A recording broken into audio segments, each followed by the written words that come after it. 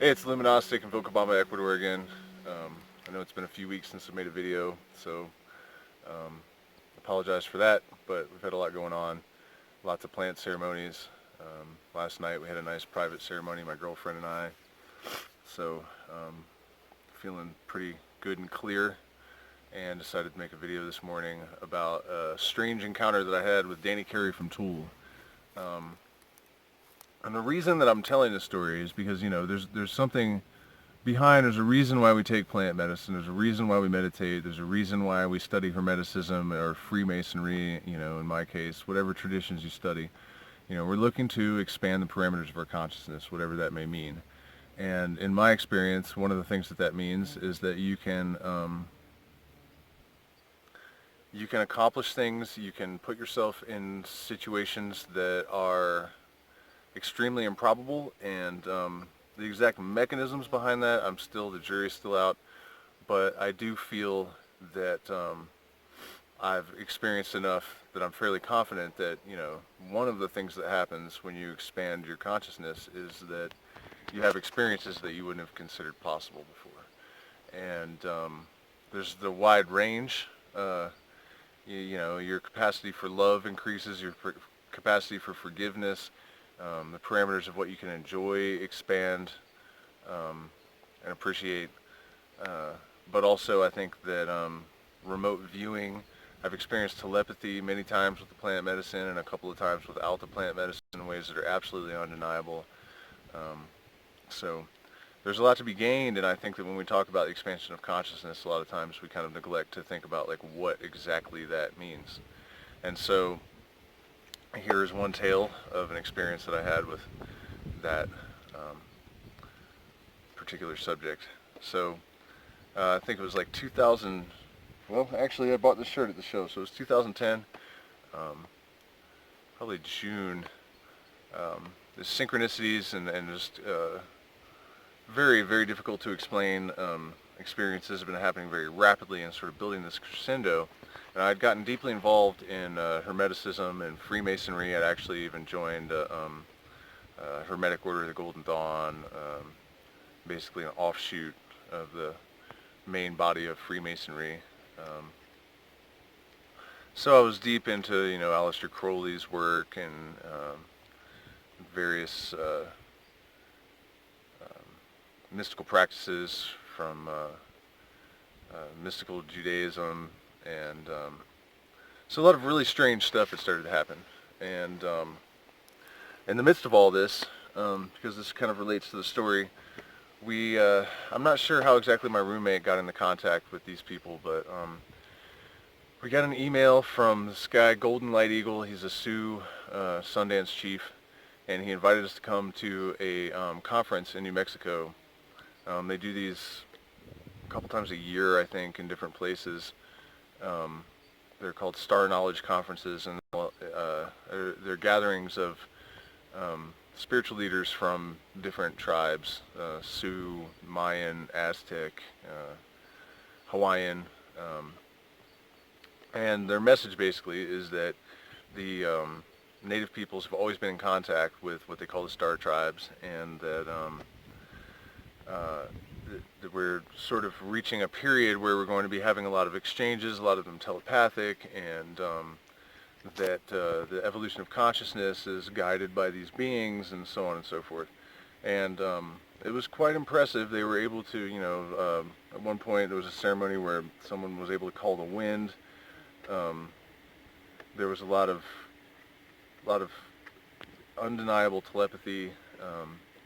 So, it was difficult not to take them seriously, even though their story was pretty far out. At one point, during the ceremony, or during the meeting, I was given this rock that is now in the possession of a Navajo medicine man called Night Horse, somewhere in the desert southwest. And this rock was unlike anything I'd ever seen. My coworkers were with me. We actually worked with glass at the time, and that would have been the explanation for the stone, is that it's somehow glass. It's very difficult to describe, very strange, but the story that was given to us is that they were actually dropped from a spaceship in New Mexico. And of course, that's I had some questions about the credibility of that story. Ultimately, I did end up bringing this rock to college, a couple of geology professors that sent me to a laboratory, and it was tested. And I'll have to make a separate video about that because it's a whole different story. The only reason I mention it is because it factors into the Danny Carey tale. So, back to the Hermeticism and the occult and whatnot. I knew that Danny Carey had, his father was a Freemason. Tool has been heavily into the occult, it's all throughout their music, and I just kind of assumed that since he was wealthy and famous, he probably had access to a lot of doors that were not open to me. And since I had started to suspect that I had the capacity to sort of generate any experience that I could think of, sometimes almost instantly, I thought, well, maybe I should just go talk to Danny Carey. And I wasn't really serious. It was just kind of like, I was chuckling about it.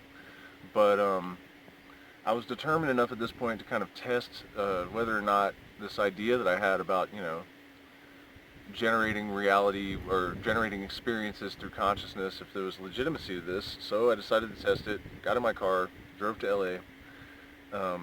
We got stuck in Vegas for 3 days, ran out of money, had no gas.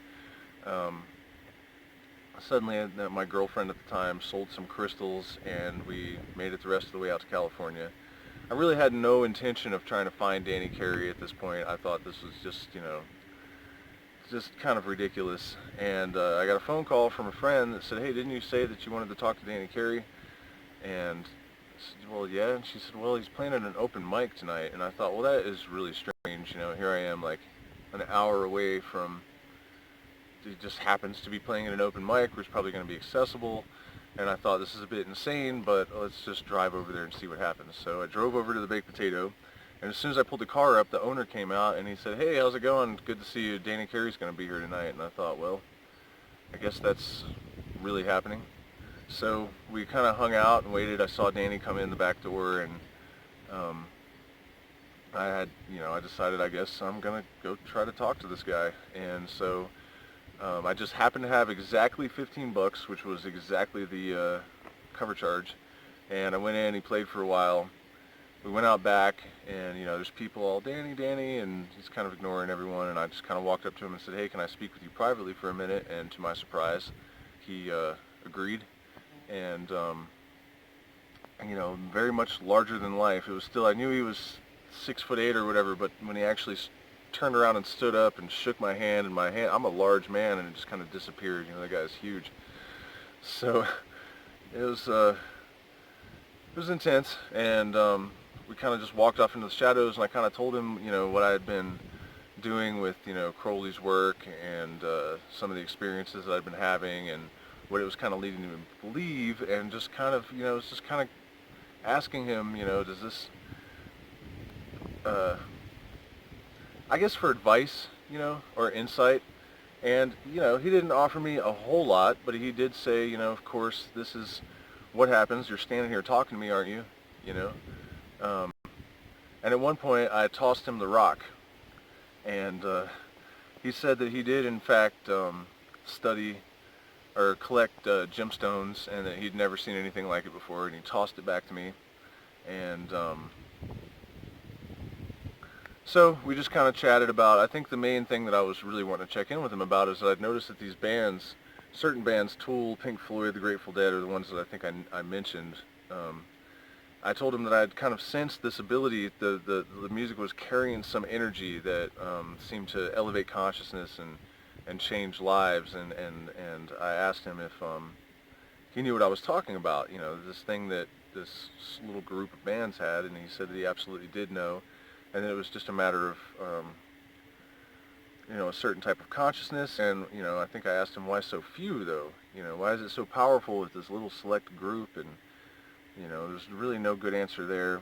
And so, the point of this is not really so much what was actually exchanged between Danny Carey and I. It's just the fact that, during this period of time where I was coming to understand that I had the ability to sort of create these experiences, and that, you could pretty much do anything that you could dream, I just sort of drove right to this guy.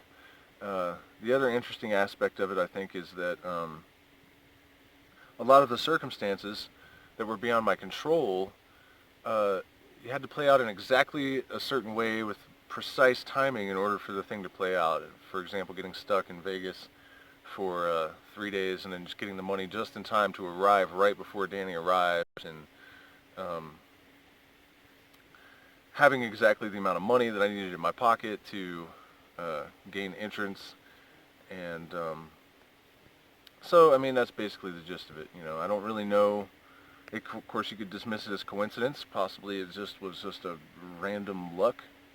You know, and perhaps in the comment section you guys can contribute your ideas and tell me what you think. You know, is it coincidence, or did I use, you know, some sort of like, you know, tap into the field of consciousness and just sort of like drift over there, and you know, it was just a coincidence that we happened to get the money just in time to get out of LA so I could go and have this conversation with this guy.